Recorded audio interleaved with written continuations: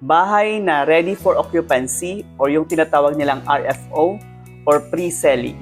Saan nga ba ang mas maganda? Magandang araw mga kabahay. Ako po si Ryan, isang property specialist at ang trabaho ko ang magkabahay ka.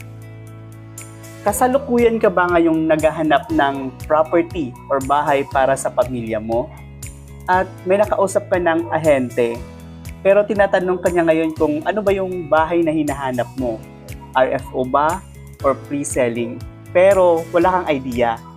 Ngayon pag-uusapan natin kung ano yung ibig sabihin at advantage at disadvantage ng RFO sa pre-selling. Unahin natin yung RFO or yung tinatawag nilang ready for occupancy. So pag nagmamadali kang magkaroon ng bahay, so dito ka RFO. Ano nga ba ang advantage ng RFO? So pag RFO, pwede na itong ma-turn over from 3 months to 6 months. Depende sa developer po yun.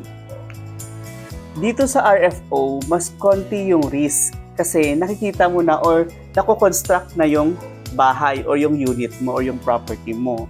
At saka, pag dito ka sa RFO, mas mabilis yung ROI if yung intention mo to parentahan yung unit or yung property. So, yun yung mga advantage pag RFO yung kukunin mo. Ngayon, ano naman yung disadvantage pag RFO yung kukunin mo? Of course, pag RFO, sabi ko, gawa na yung bahay or malapit nang matapos kasi kinoconstruct na. Ang disadvantage naman is syempre, mas mahal na yun. Okay? Tapos yung payment terms nun, if may down payment man, mas konti na lang. So, for example, 3 months, 6 months, or 8 months. Tapos kung ang down payment nun is 80,000 or let's say 100,000, so i-divide na lang yun ng 3 months or 6 months.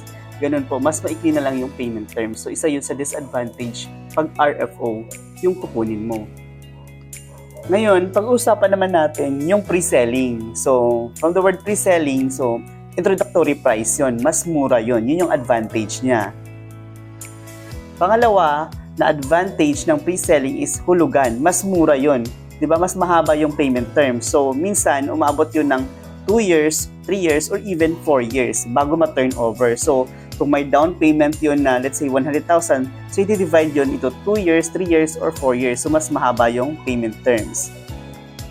At yung disadvantage naman, pag pre-selling ang kinuha mo, of course, syempre, mas mura, mas matagal. Yun yung disadvantage. So, minsan, umabot siya na guys na sabi ko, pwedeng 2 years, 3 years, or 4 years, depende sa developer. Yun yung disadvantage.